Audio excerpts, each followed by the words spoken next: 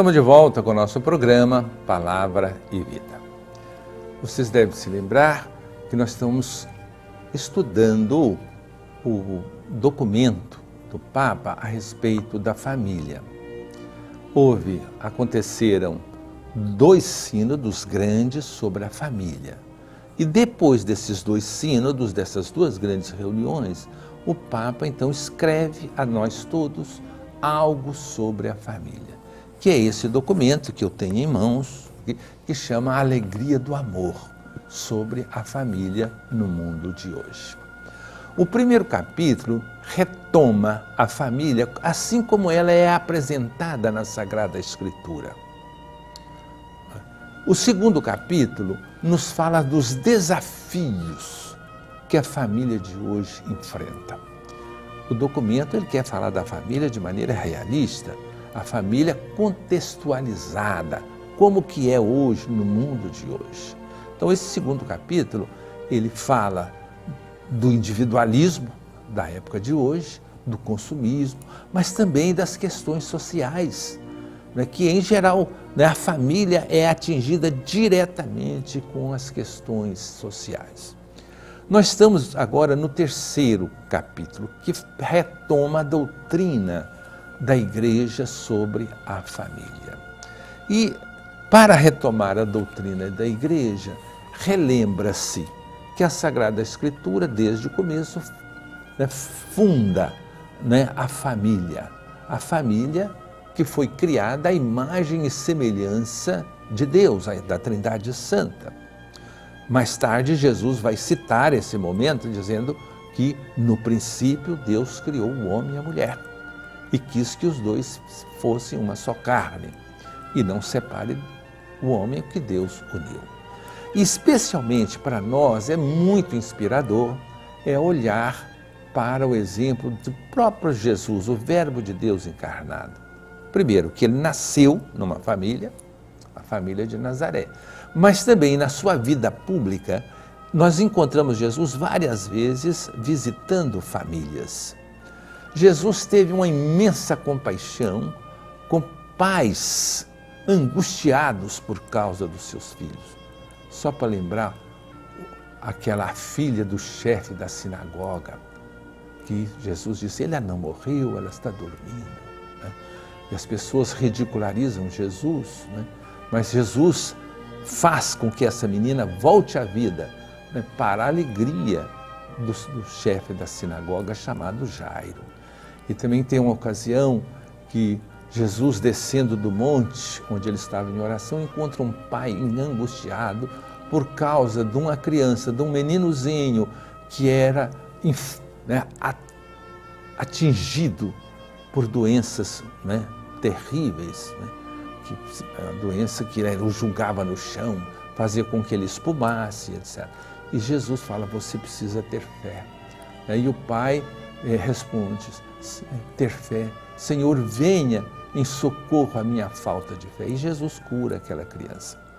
Então Jesus, e ele visita as famílias, né? E também Jesus tem uma enorme compaixão, por exemplo, com a mulher adúltera. E a conversa que ele tem com a mulher samaritana.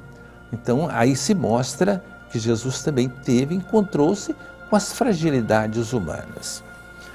A Igreja tem retomado sempre a doutrina sobre a família. Nós temos vários documentos do Papa, só para lembrar, né, o Papa João Paulo, mais de uma vez ele falou sobre a família. Depois o Papa Bento falou sobre Deus é amor, tem uma parte que fala também sobre isto, né? De qualquer maneira, então nós temos toda essa doutrina.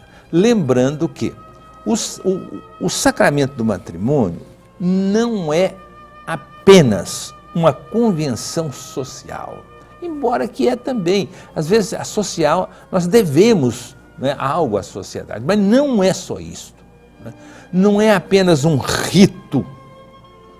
Às vezes, algumas celebrações de casamento são tão exageradas, né, que parece que é mais importante aquela externalidade, coisas exteriores, do que realmente, né, o que nós estamos, o conteúdo né? Então não é só um rito, não é um mero sinal externo, não é só um papel que se assina, né? Então é bom a gente acentuar bem isso, que não é só isso, né?